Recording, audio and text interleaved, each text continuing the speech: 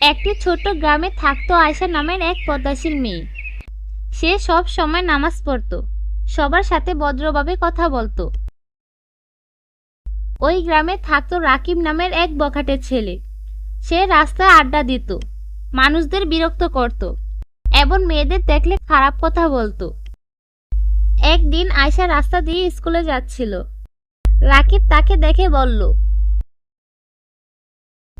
এই যে আমার মনের রানী, আমি তো সারাদিন তোমার কথাই ভাবি, চলো না আমগো বাড়ি।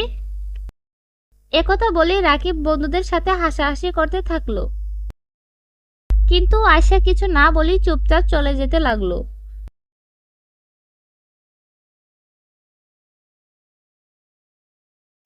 আয়শার বাবা ছিল মসজিদের ইমাম। রাতে আয়শা বাবার কাছে সব কথা বলল।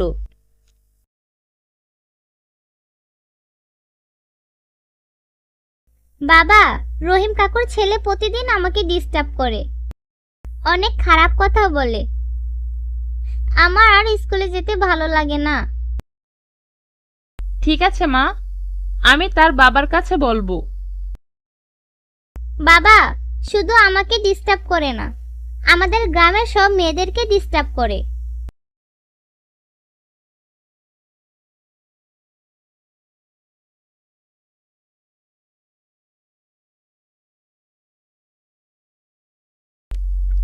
ভাই, আপনার সাথে কিছু কথা ছিল।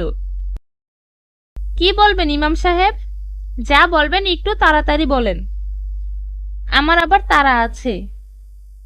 ছেলে 10,000 টাকা চাইছে, তাকে আবার গিয়ে টাকা দিতে হবে, নয়তো আবার ভাই রাগারাগি করবে। ভাই, আপনার ছেলে আমার মেয়েকে প্রতিদিন ডিস্টার্ব করে। শুধু আমার মেয়েকে নয়, গ্রামের সব মেয়েদেরকেও ডিস্টার্ব করে।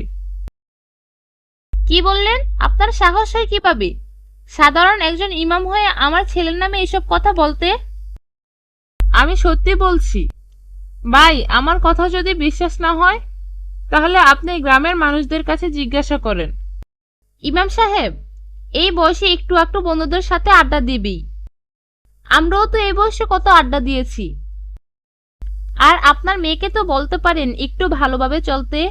আপনার মেয়ের তো বয়স কম হয়নি, বিয়ে শাদী দিয়ে দিলেই তো সব ঠিক হয়ে যায়। একথা বলি সেখান থেকে চলে যায়।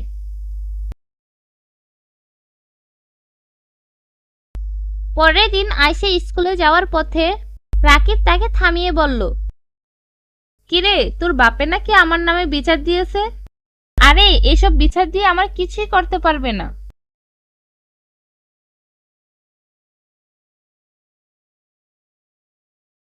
একথা বলে রাকিব আয়শার হাত ধরে টানতে থাকলো।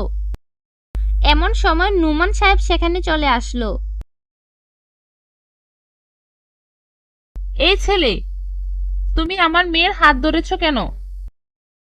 কাকু, আপনার মেয়েকে আমার অনেক ভালো লাগে, তাই ধরেছি। আপনার মেয়েকে কি আমার সাথে বিয়ে দিবেন? নুমান সাহেব তাদের সাথে কথা না বলে সেখান থেকে চলে যায়।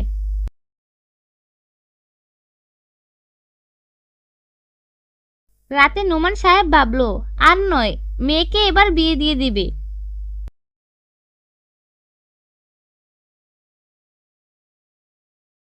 ইমাম সাহেব, পাশের গ্রামের ইমামের ছেলের সাথে আপনার মেয়ের বিয়ে দিতে চায়।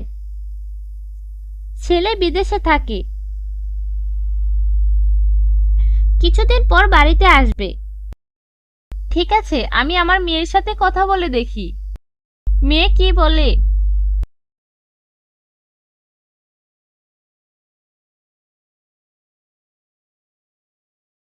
না বাবা, আমি এখন বিয়ে করব না, আমি পড়াশোনা করব। মা, আমার অনেক ইচ্ছা ছিল তুমি পড়াশোনা করবে, অনেক বড় হবে, কিন্তু কি করার, গ্রামের বখাটে ছেলেরা তো তোমার ক্ষতি করে দিতে পারে। ঠিক আছে বাবা, তোমার ইচ্ছা।